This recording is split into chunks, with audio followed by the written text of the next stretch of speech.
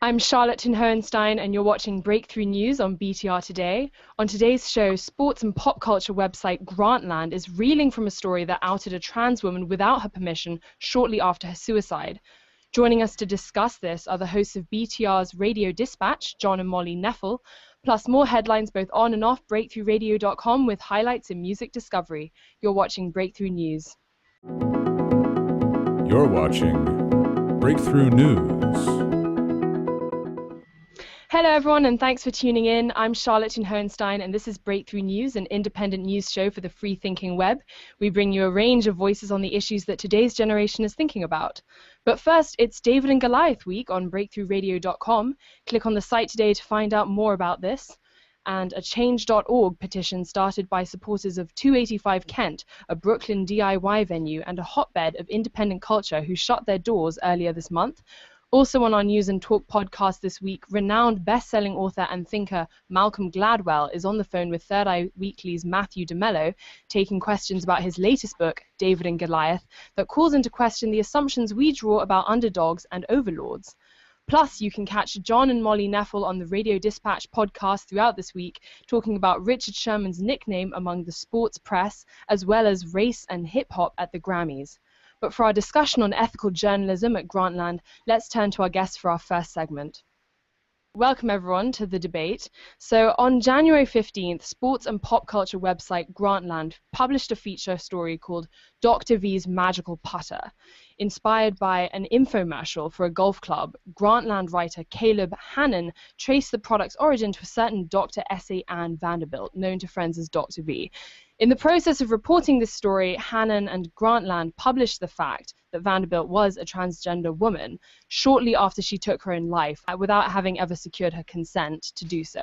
Since then, LGBT organizations and various media outlets have voiced widespread outrage, prompting Grantland editor-in-chief Bill Simmons to write a letter of apology. With me to pull apart this controversy is John and Molly Knefel of the Radio Dispatch podcast on BreakThruRadio.com. Welcome, John and Molly, to the show. So let's just start with a really simple question. In your view, and let's start with Molly and then go to John, did Grantland really hugely mess up? Why is this such a sensitive story to so many people? Yeah, I think the answer is yes, Grantland did mess up, and for a number of reasons, many of which have been articulated by fantastic trans writers and thinkers and tweeters already, and we were lucky enough to have a couple of them on our show. But I think one of the main problems with the Grantland piece is that its subject is a human being, is a person, is a trans woman, and rather than treating the subject as a human being, a complex human being, the subject is treated as this magical. The word magical is in the title. Lots of words like mysterious and strange. These kind of mystifying words appear throughout the piece, and the structure of the piece is structured so that this woman's suicide is like the kicker, if you will, at the end of the piece, which is incredibly dehumanizing when we're talking about a real person who is the subject of the story. Not, this isn't a short story. This is a reported article about a real woman and a real tragedy, and it's not treated as a tragedy. It's treated as a spectacle. And I mean, he followed her for months. So you'd think that some sort of relationship would develop between the two of them, which just adds to that. John, are you on the same page here as Molly? Yeah, I agree with everything that Molly just said, and I think that one of the really interesting elements to how the story was perceived is that for the first couple days, the mainstream media, sort of such as it were, the mainstream response on Twitter was actually quite positive. And you had these really influential people in the media. David Carr from the New York Times was one of the most popular early fans of the piece. But he was far from alone. And when you look back and see the responses, there's just a ton of primarily white men who responded very, very positively to the story.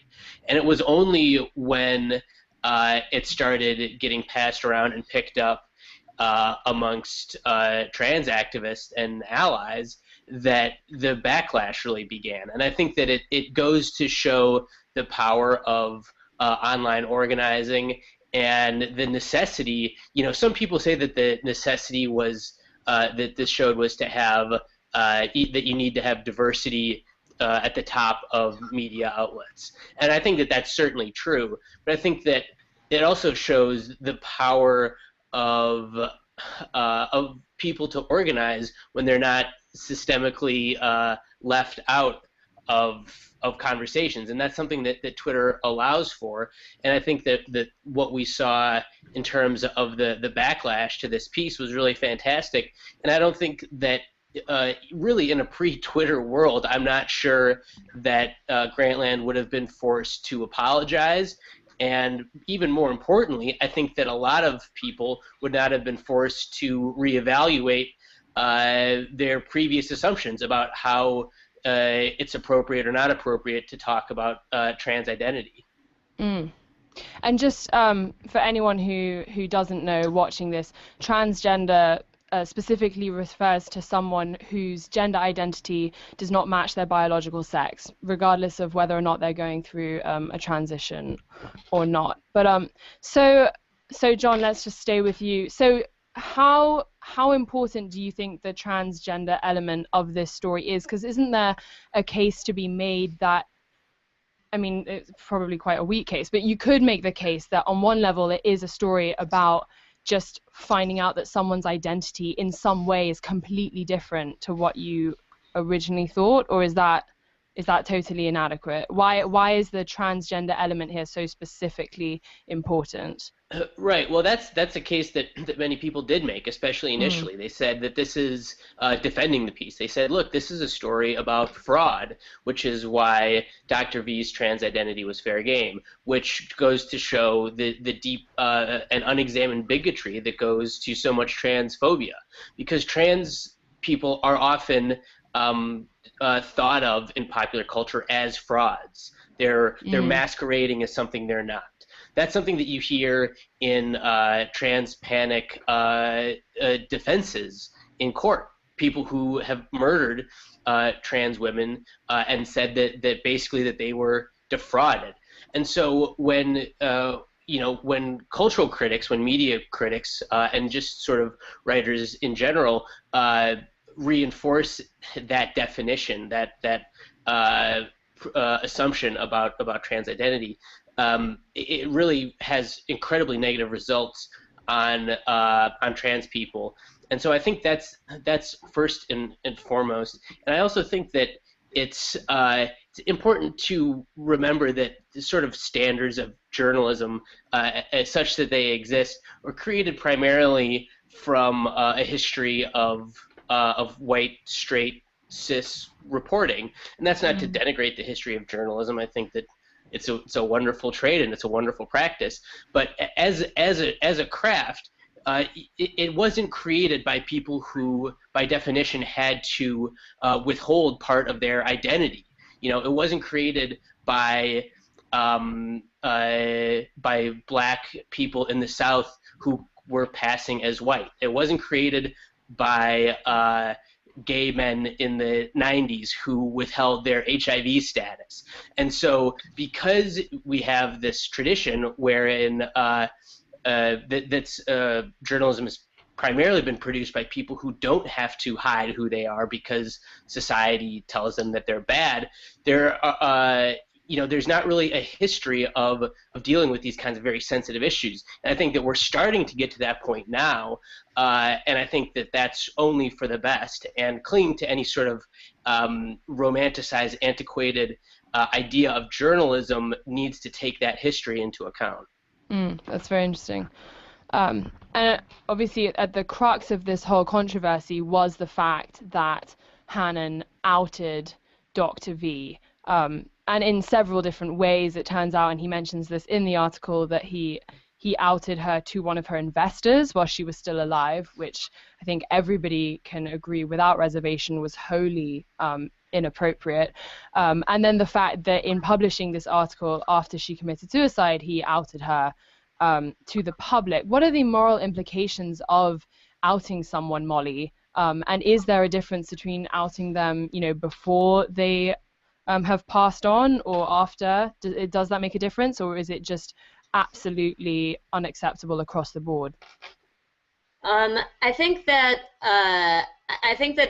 yes, it is unacceptable across the board. And I'm saying that after that opinion has been informed by reading by trying to defer to trans people, who have obviously more had the experience and have the stake in this.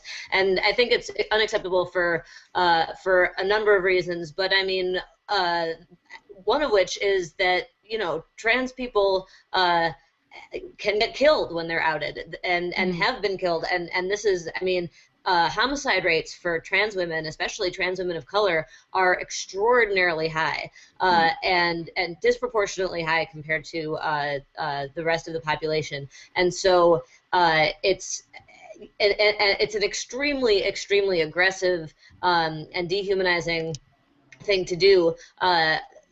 Rates of suicide in the trans community are incredibly high, and so outing somebody when they're alive is dangerous. It's disrespectful, and it's also dangerous. And one of the things about this Grantland story, the Grantland, when Grantland issued, Bill Simmons, the editor-in-chief, issued an apology saying, well, Hannon didn't intend to out her in his piece. It's not yet clear how that's true, because in this communication that Hannon, the author, had with Dr. V, he was saying, well, it's my journalistic responsibility to report all this news that I'm finding. And part of that was Dr. V's trans identity. So I know that the official line from Grantland is that there was never any intention to out her while she was still alive. But I'm not convinced that we get that from Hannon's piece. I think that what we got from Hannon's piece was a blatant disregard for respecting this woman's privacy, respecting her wishes, and respecting the terms of the agreements under which she agreed to speak with him. And seeming to make absolutely no effort to understand transgender issues and the transgender community. Exactly. He comes to learn about her identity. John, so Dr. V accused Hannon of potentially committing a hate crime should he go ahead and publish the story. Do you see this as a hate crime, or is it just gross disregard, as Molly's calling it? In terms of the specifics of whether or not to call it a hate crime, I'm not entirely sure where I would fall on that, and I guess I'm not sure how sort of helpful it is to say that this, like, to check that box or not. I think that it's enough to say that it was ethically and morally unforgivable, and that it as you said, the fact that Hannon spent 8 months on this story and it never occurred to him to Google transgender hate crime, to research statistics, to research any court cases, to research even the bare facts of this, of where his story had taken him, is the real problem. And in terms of I'm not sure that it's necessarily like a violation of a certain law, or that there should be criminal prosecutions or something. I think that I'm not qualified to sort of weigh in on that aspect one way or the other. Well, just some specific statistics to flesh that out. I think 97% of people in the transgender community have experienced harassment specifically because of their identity, which is a shocking number. And the suicide attempt rate, according to a study in 2010, was 41% amongst the transgender community, compared to 1.6% for the US society at large, which is just almost unbelievable, the difference between that. So first Molly, then John, I'll get each of your opinions on this. Certainly I've learned a lot from this story about transgender issues. Has this story been valuable just to raise this topic, or has it done more harm than good? Molly first. I think that there's certainly been a lot of valuable conversations in the wake of this. It's been amazing to see these aforementioned white male, many of them straight journalists who initially praised the piece, seeing the thought process of, with Twitter you almost have a documentation of the thought process of them saying, oh wow, I really missed this was a big swing and a miss on my part, and reevaluating what they think. And forcing the sports writing community, sports journalism community, to actually acknowledge and talk about issues in the trans community. All of that is positive and a huge step forward. But to quote or to paraphrase a trans journalist named Parker Malloy, who we had on our show, she said, we have all these teachable moments. Every so often there'll be a huge mistake in the media that's really dehumanizing or disrespectful to a trans person, and then, afterwards, people will say, well, that was a big mistake, but at least we learned from it. And as Parker said, if there's all these teachable moments, why isn't anybody learning anything? So on the one hand, there was a number of great conversations that came out of this. On the other hand, this horrible tragedy still happened and was absolutely needless, absolutely should not have happened. And if we're going to say, okay, this is positive, these conversations help move things forward, then we really have to see things move forward. That the next time this happens, the conversation needs to be different. It needs to have moved forward. It can't just go right back to the beginning. Right, saying we can learn from our mistakes is not a blank check to then go make as many mistakes, without respecting or thinking hard about how our actions might affect others. John, right. How valuable has this story been in your eyes? Yeah, I think that, once this story came out, there has been a lot of very, very productive conversation that's come from it. Obviously, it never should have gotten that far in the first place, and no amount of conversation no amount of good conversation makes the tragedy any less tragic. But I think that this case, even more than, say, when Laverne Cox and Carmen Carrera were on the Katie Couric show, and Katie Couric asked, "Are your private parts different now?" Which again was sort of this just outrageous moment in the media of transphobia and just complete lack of awareness of how to act. That was another sort of recent teachable moment. But the Grantland story really rose to the level of kind of permeating a much larger zeitgeist than a lot of these issues do, a lot of trans issues do. And I think that in some ways, looking at the case of Chelsea Manning is actually instructive, because immediately after the statement that Chelsea Manning made that said, "This is my name," you had the New York Times, Associated Press, and virtually every other single major outlet misgendering Manning, using an old name, using the wrong pronouns. And now outlets, generally speaking, say Chelsea Manning. Sometimes they'll say formally and use old names, which I think is sort of ludicrous, because if you're talking about WikiLeaks and Chelsea Manning, I just don't think it's possible that any reader would be confused.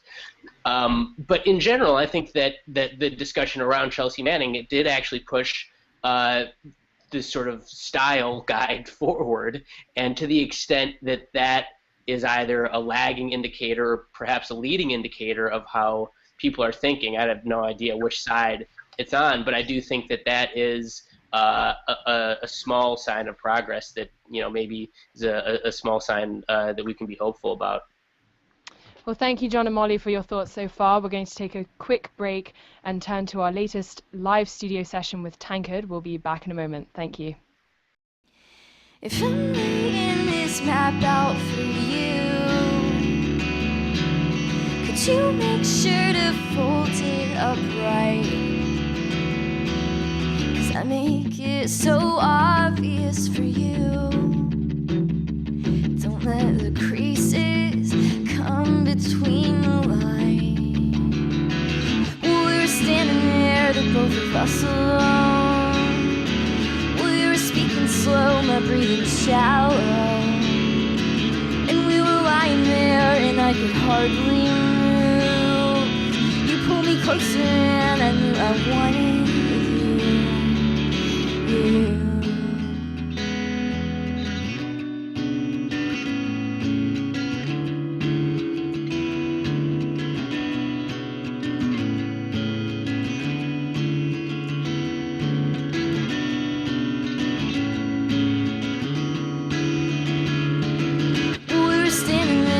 Both of us alone, and you were speaking slow, my breathing shallow, and we were lying there and I could hardly move.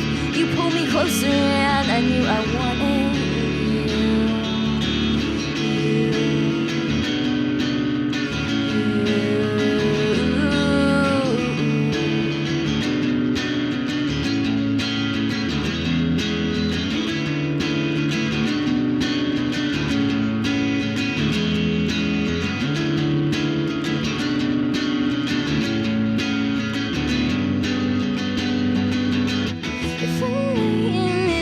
Out for you,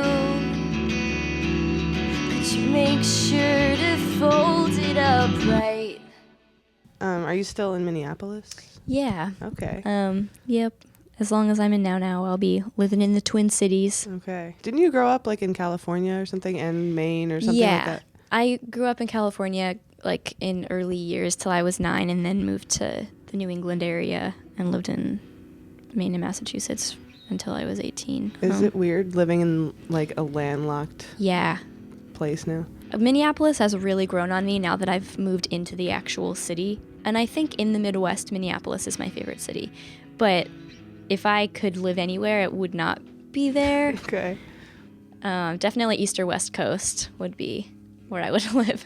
All right. Noted. There's a lot of time I spent waiting in line for things I can't say, for things I cannot say. I can't talk about it now, but I'll be ready when the truth comes out. Come with me. I know that it is hard to leave, 'cause the summer's different from the last. It's burying the past.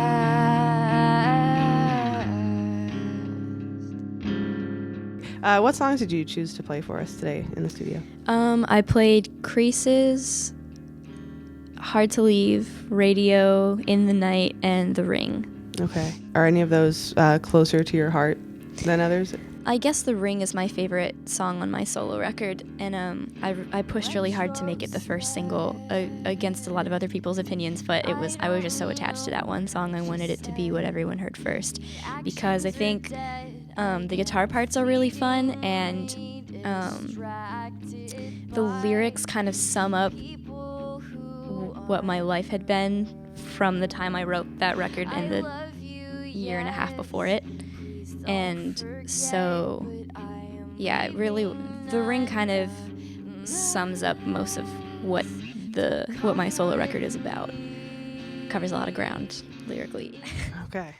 I barely perceive the world as it slips from my mind. I'm crazy, I've lost it, I'm gone. In dreams I can only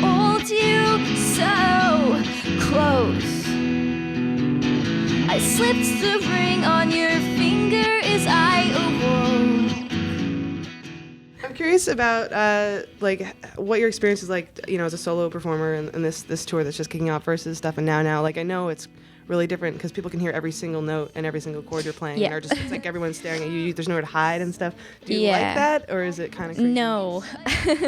When you're playing live, you just mess up sometimes, and especially if you drink a lot before you play, you mess up. And so when you have a whole band that it's just really loud and big, if you mess up, no one's gonna really notice. But when you're just singing quietly and strumming a little bit by yourself, it's gonna be blatant when you mess up.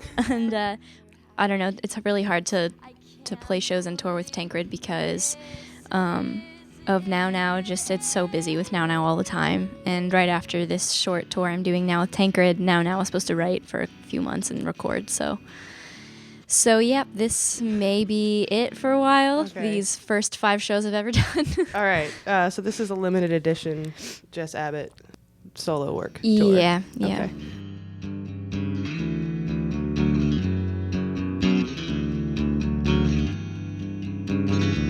I hear it when I'm falling asleep. Remember it when I dream.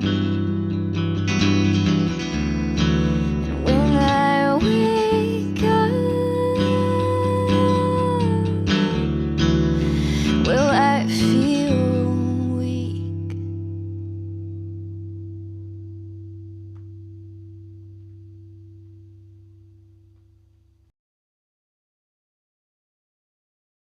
We're back with our discussion on the ethics of Grantland's journalistic practices and the controversy surrounding their story that outed a trans woman without her permission shortly after her death. So the other side, and a huge part of this whole conversation, is just the general topic of responsible journalism. And this clearly seems to be an example of very irresponsible journalism. But part of the tension of it is that part of responsible journalism is fact-checking, right? And checking up on the background of your sources. So, Molly, how did Hannon get this so wrong? Right. So I should say at first that that I have not been to journalism school. I've kind of figured out journalism as I've gone along, and so that's so many of us do. But yeah. Right. So I don't have any I don't have the official guidebook to refer to or anything. But in terms of Hannon and Dr. V, first of all, Dr. V said, I'll only talk to you if you focus on the science, not the scientist, meaning, I want to talk about the putter, but I don't want the story to be about me. So, those were the guiding principles going in. After that, and he started doing research about the putter and about, the claims being made and about Dr. V's background. I've seen people argue that to say, well, once it became clear that Dr. V's backstory was not as straightforward as she was saying, then even though that was different than the agreements he had initially agreed to, he had a right to further explore that. That's fine, I guess. Like I said, I've seen people make that point.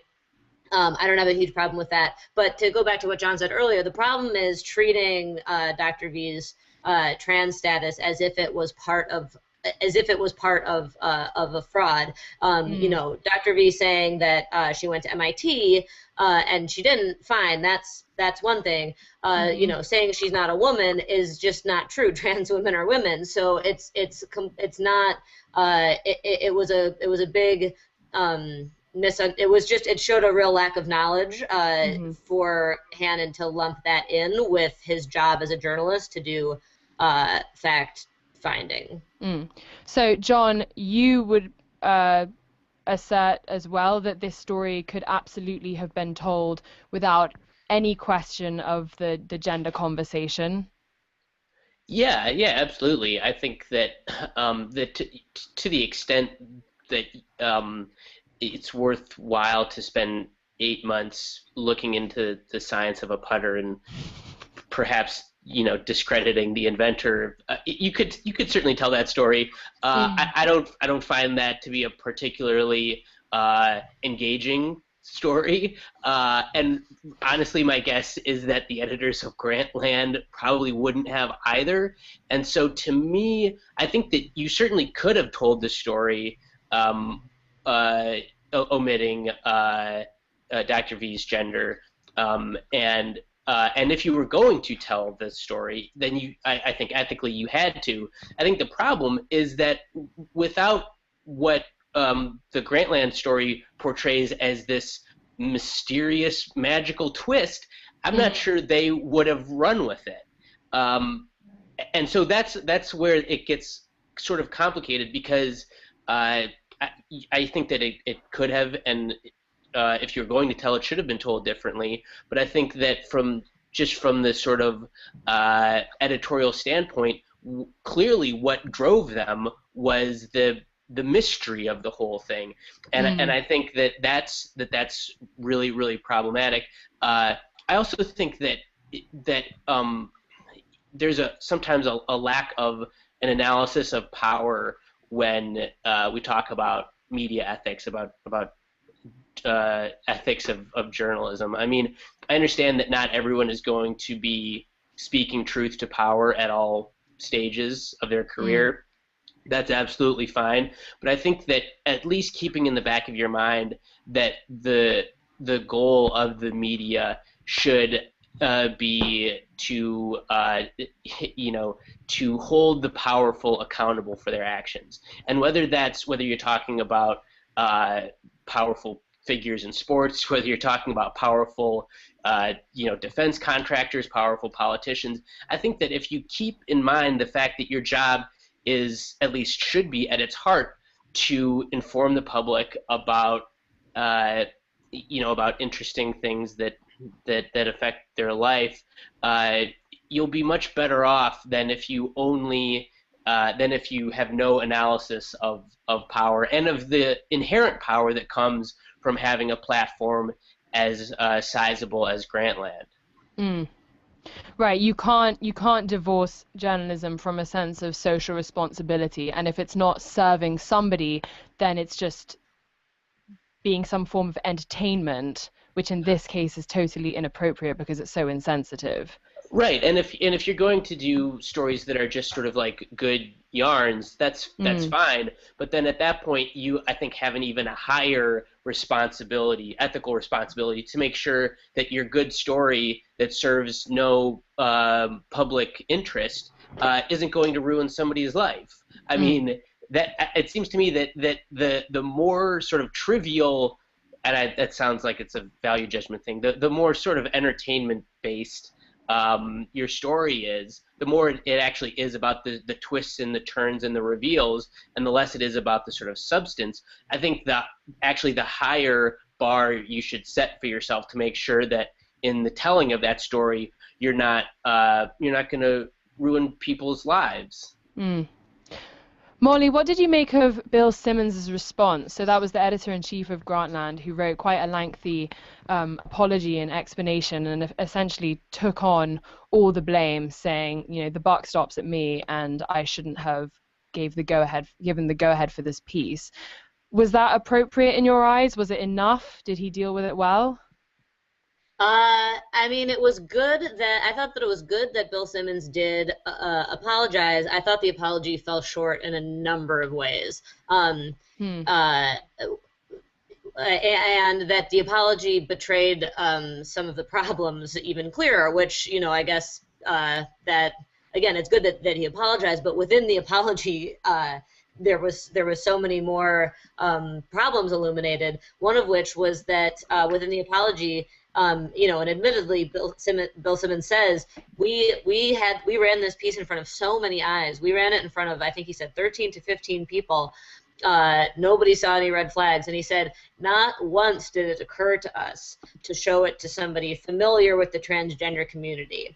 He didn't even say we should have gotten a trans writer to read this, but not once did it occur to 13 to 15 people. I mean, this is a story about a trans woman. That is the point of the story. There's just no denying.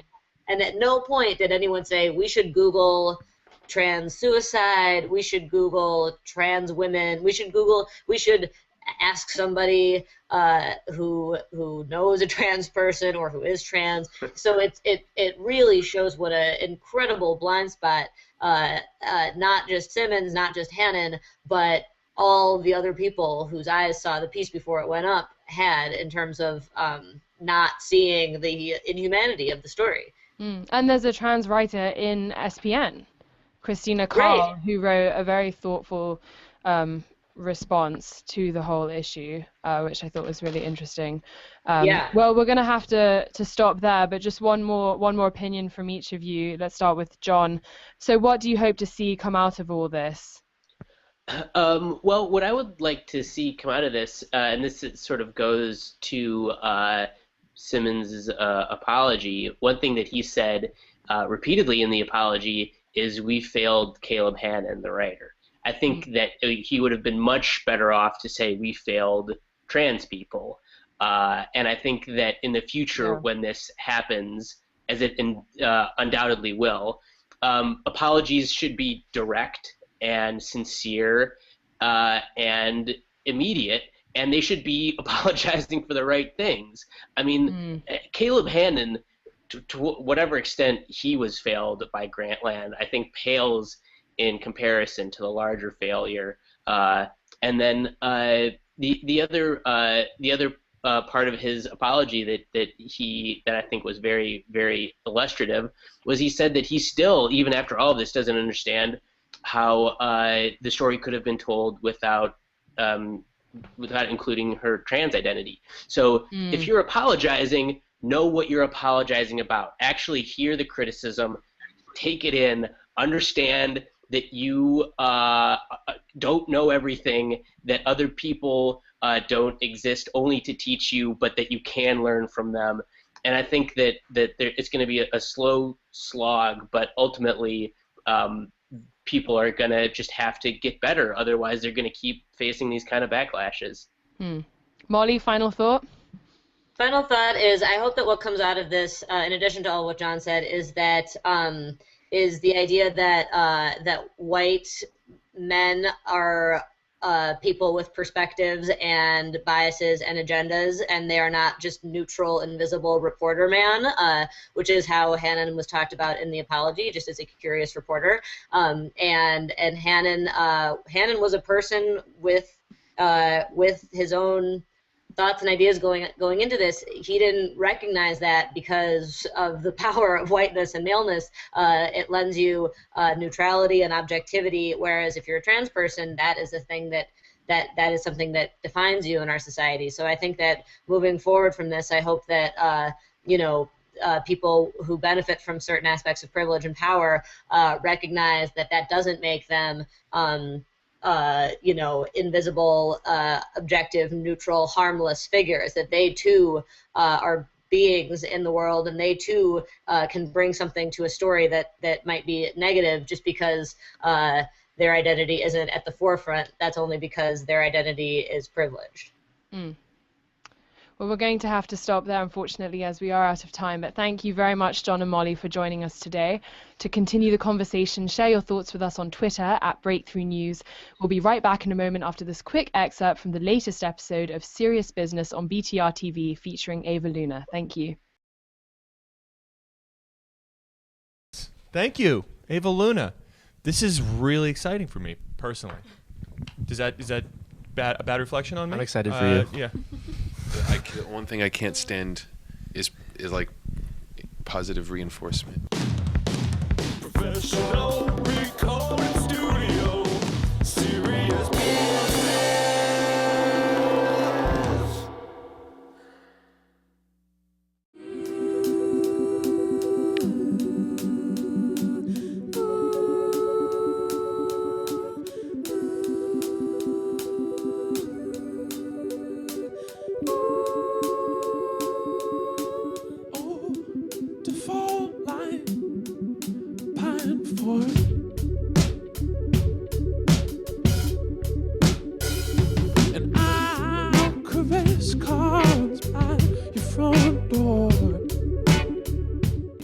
there's a lot of people on stage, but there's so much space, right? That's just like this big part of what you guys are doing. Like just the synth stuff, and where it's like there's certain songs you're not even really, you might be singing, but you're not even really playing, or, there's so much space, and it's like there are so many bands that should be taking notes.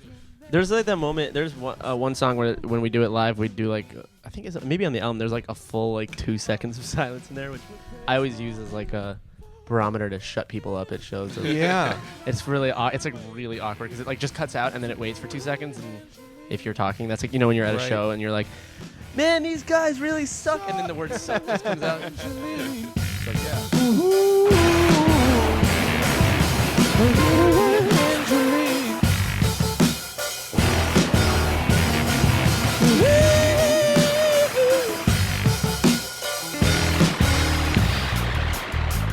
On the fault line, serene to a large hand with a weak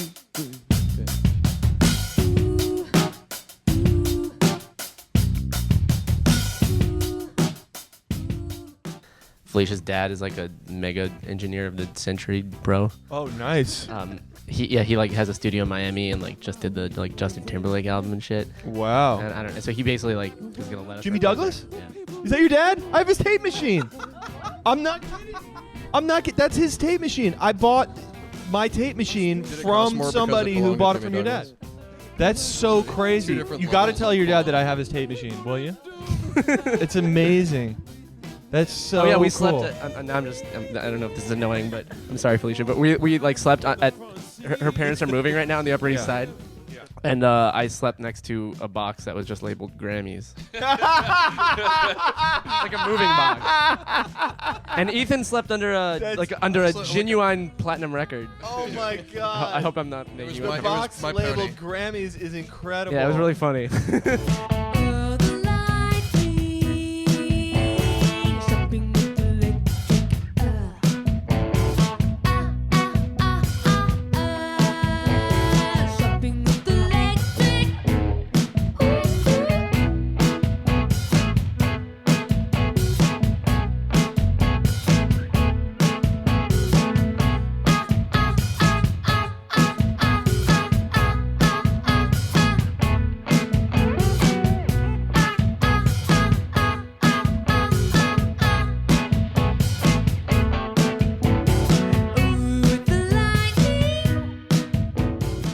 Hey, you guys want to talk more about your music career? I want to talk about our burrito career. All right, yeah. Can we talk about the burrito thing that you pulled off before? Becca. That was amazing. Wow. Chipotle. Yeah.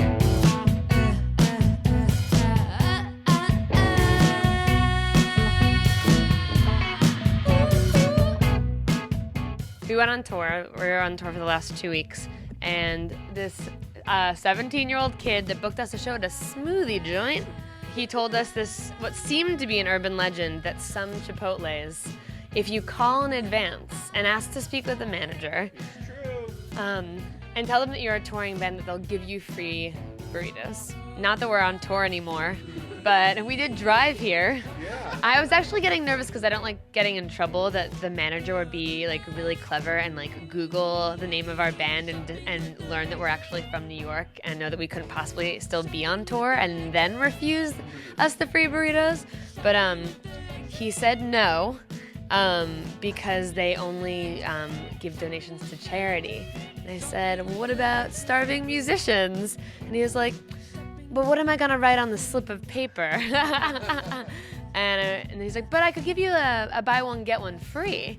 And I was like, could you give us 3 buy one, get one frees? Because there were 6 of us. And he was like, sure, come on down. And it's literally right next door. So I went down there and they gave us like, I don't know, 18 pounds worth of burrito contents. And then I realized that I only got 3 because only 3 of us wanted burritos. And then I realized we were only gonna get 1 deal because buy 1, get 1 free. And then we'd have to pay for 2 full priced.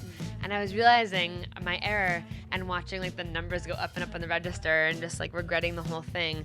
And then he like punched a bunch of buttons and I heard all these beeps. And then he was like, you know what? Just go ahead and take them, Knight. That's awesome. Yeah. You got them totally So for free? we got 3 burritos for free. Holy moly. Yeah. That is awesome. Past the breakout point, we wait, we wait, we wait. I line up towards the wind and tea. I smirk, I speak.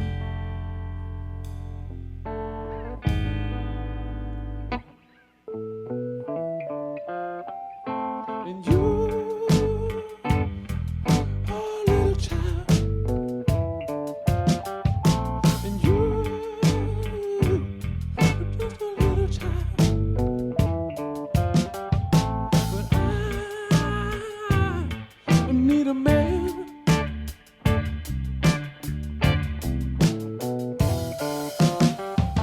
And you, oh little child. And you, just a little child. But I need a man.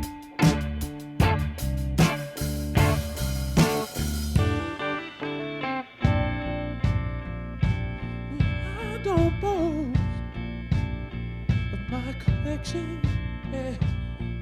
I don't boast. Yeah. I see the humor in the tree. Yeah. Now I see the humor in the tree.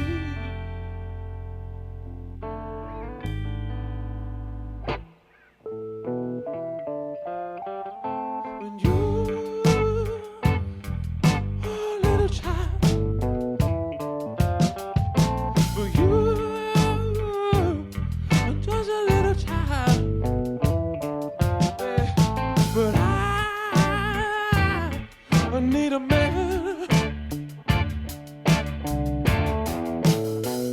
Ooh, yeah, I'm just a little child. And you, just a little child. Yeah. But I need a man.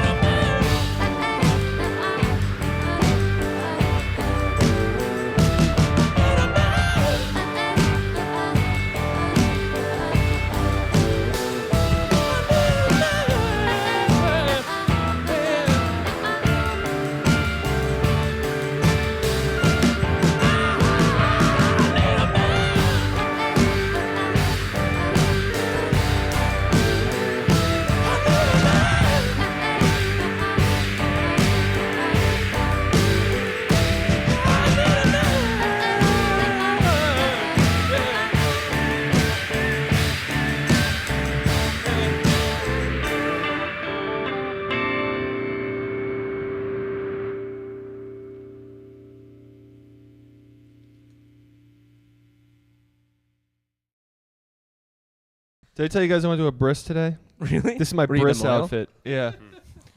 It wasn't me. I didn't get brist. It was another I was kid. gonna say it's a little late.